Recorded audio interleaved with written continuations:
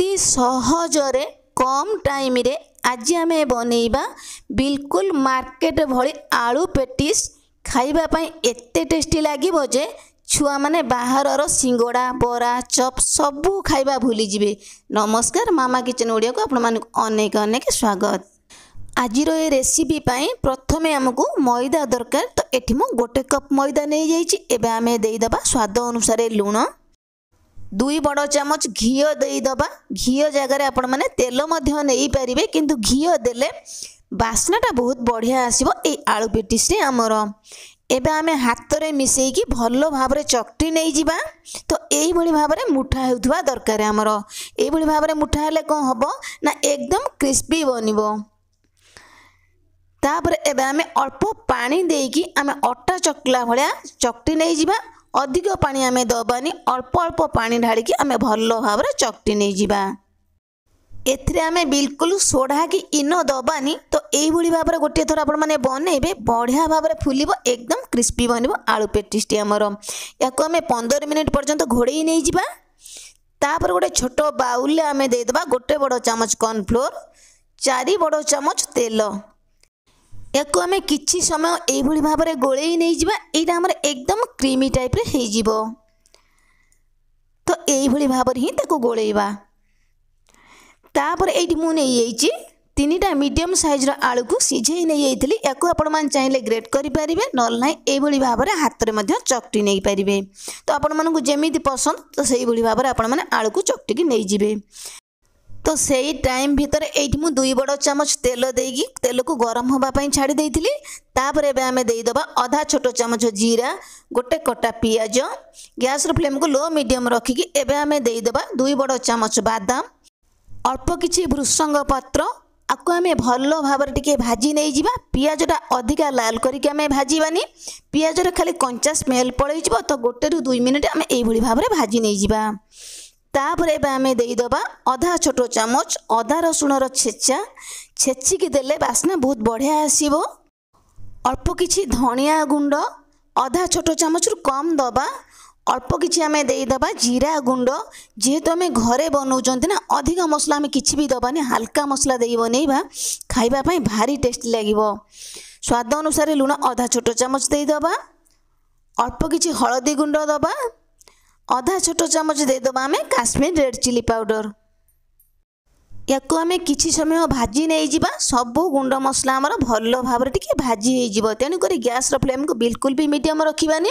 एई भली भाव रे लो मीडियम रखी कसले मसला हमर बिल्कुल भी पोड़ीबोनी। एठी एबे आमे देई दबा चकटी की रखिथिबा आलू को भल भाव रे एबे मसला सहित आमे आलू को मिसेई की कसी नहीं जिबा। जेते समय आमे आलूटा को भल भाव रे कसीबा, जेहेतु आमे सिझा आलू नहीं चंद ना, आलू जो पानीटा बाहरिबो भल भाव रे हमर ए मसला मसली सहित कसी हे जिवो। जेते आमे भल भाव रे कसीबा ए आलू मसलाटा हमर भारी स्वादिया लागिबो खाइबा पई।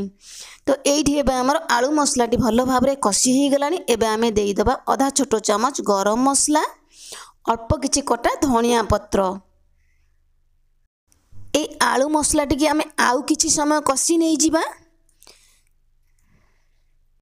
खाली जे आमे आलू पेटिस पई आमे ए मसला को बनेइबा बिल्कुल भी नुहे। तो आको आपण माने रोटी सहित खाई परिबे, परोटा सहित खाई परिबे, खाइबा पई भारी स्वादिया लागिबो।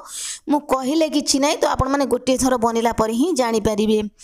तो आपण जदि अधिक राग प्रिय कंचा लंका मध्ये छेची की देई परिबे। याको आमे टिके ठंडा हवा पई दबा। एठी हमरा भल भाव रे स्टफिंग ठंडा हे गलानी। आमे हाथ रे टिके बॉल साइज रो बनेई नै जिबा। जेत्ती की बड़ आलू पेटिस आपण माने बनेइबे तो सेही अनुसार आलू गुला को आपण माने बनेई नै जिबे। तो एई भली भाव रे सब को आमे बनेई नै जिबा। 10 ରୁ 15 मिनिट पर केते सुंदर हमर ए मैदा चकटाटी फुली जाय। आपण मान देखि पारुचंती ना, एई भली भाव रे जदि फुलीबो एकदम क्रिस्पी बनिबो पेटिस टी, बहुत बढ़िया लागिबो खाइबा पई। एबे आमे आको गुला बनेई नै जिबा। जेमते आमे अटा गुला को बनांती सेही भली भाव रे बनेई नै जिबा। जेत्ती की आमे दळी थिले सेही अनुसार हमर जेत्ती की गुला हबो आमे बनेई नै जिबा। पाखा पाखी एठी हमर 8टी गुला हैला। याको आमे बेलीबा, अल्प किछि मैदा देई दबा। जेमिति आमे रुटी बेलंती ठीक सेमिति आमे बेलिबा, किंतु रुटी ठारू टिके पतला रखिबा। जेते आमे पतला रखिकी बेलिबा सेते क्रिस्पी बनिबो हमर आलू पेटिस टी। एई भली भाव रे आमे बेली नै जिबा। तो तो सेम प्रोसेस रे आमे सबु गुला को एई भली भाबरे बनेई नै जिबा। एबे आमे एई कॉर्नफ्लोर को आउ टिके भलो भाबरे गोळेई नै जिबा। एई रुटी ऊपर आमे भलो भाबरे टिके लगेई नै जिबा। तापर अल्प किछि कॉर्नफ्लोर को आमे बुलेई नै जिबा। एमिति देले ना एकदम क्रिस्पी बनिबो। हाथ रे आमे भलो भाबरे मिसेई कि लगेई नै जिबा। तो एइठी मु गोटिए जेमिति बनेइली से सेम प्रोसेस रे चारोटी जांक रुटी की बनेई नै जाईची। एबे आमे फोल्ड कर नै जिबा। तापर आमे कोन करिबा ना सेम प्रोसेस रे कॉर्नफ्लोर गोळा को आमे आउ टिके तापर लगेई नै जिबा। तो एई भली भाबरे आमे गोटिए गोटिए पाखो को फोल्ड करिबा। सेम प्रोसेस रे आमे ए कॉर्नफ्लोर गोळा को लगेई नै जिबा। तो एमिति जदि आलू पेटिस टे गोटिए थर आपण माने बनेइबे ना खाइबा पई एत्ते स्वादिया लागिबो जे छुआ माने बाहरर खाइबा मध्य भूली जिवे। ए मझिरु आमे आउ गोटे फोल्ड बनेई नै जिबा। अल्प किछि कॉर्नफ्लोर गोळा नै आमे चामच रे ए भली भाबरे लगेई नै जिबा। एठी मु 4टी रुटी रे बनेइची। तो आपण मान चाहिले 6टा रुटी रे मध्य बनेई परिबे, 8टी रुटी रे मध्य बनेई परिबे, 2टी रुटी रे मध्य बनेई परिबे। किंतु 4टी रुटी रे बनेइले केते सुंदर लेयरिंग हमर बनिबो। तो वीडियो रे आपण माने आगो ही देखिबे। याको हमें हाथ रे भलो भाव टिके प्रेस कर नै जिबा। तापर एबे हमें कोन करिबा ना आको हमें बेलिबा। अल्प किछि कॉर्नफ्लोर देई दबा। तो आपण मान चाहिले खाली मध्य बेली परिबे, किंतु कॉर्नफ्लोर देकी बेलिले ना एकदम क्रिस्पी बनिबो। टिके हमें भलो भाबरे एमति लगेई नै जिबा जेमति हमें रुटी की बेलंती अटा लगेईकी। अधिक हमें कॉर्नफ्लोर रखिबानी, या पर खाली लगेईकी हमें ताको झाड़ी नै जिबा। तो एई भली भाबरे किछि हल्का लगेईकी आको हमें झाड़ी दबा। तापर हमें बेली नै जिबा भलो भाबरे। रुटी भली हमें बेलिबानी, रुटी ठारू हमें टिके मोटा रखिकी बेलिबा। जेत्ती की बड़ आपण माने बेली परिबे किछि भी कथा नै, किंतु रुटी ठारू टिके हमर मोटा रहिबा दरकार। तो एई भली भाबरे हमें बेली नै जिबा। तो याको हमें चारि पाख जांक भलो भाबरे काटी नै जिबा।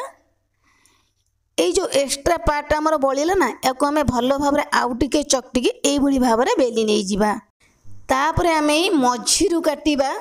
आमे एकदम छोटिया पेटिस बनेइबानी, एकदम बड़ साइज रे बनेइबानी जेमति हमको मार्केट रे मिले ना आलू पेटिस सेई भली भाबरे बनेइबा। ये पाखा पाखी हमर 4टी पेटिस बनिबो। तापर आमे एई भली भाबरे काटी नै जिबा। बनेइकी रखिथिबा आलू मसला को आमे ए मझिरे देई दबा। एमति ही दबा। सेम प्रोसेस रे आमे सबु आलू गुला को देई दबा।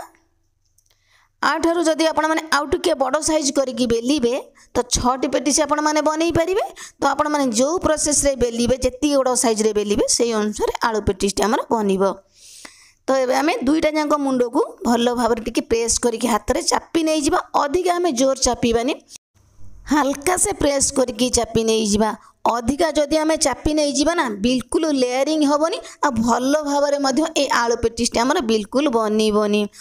अल्प किछि पानी आमे ए चारि पाखा जांक लगेई नै जिबा। तापरे किछि आमे हाथ रे एई भली भाबरे हल्का से चापी नै जिबा।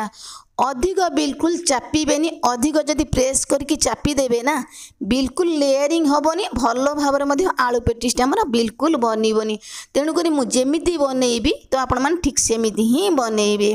तो एई भली भाबरे हल्का हल्का हमें प्रेस करके बनेई नै जिबा। जेतिक हमर आलू पेटिस बनिबो तो सेई अनुसार हमें एई भली भाबरे बनेइबा। गोटे मु जेमिति बनेइली एबे हमें आउ गोटे बनेई नै जिबा। एई दुईटा जांक मुंडो को हमें भलो भाबरे हल्का से टिके प्रेस कर नै जिबा।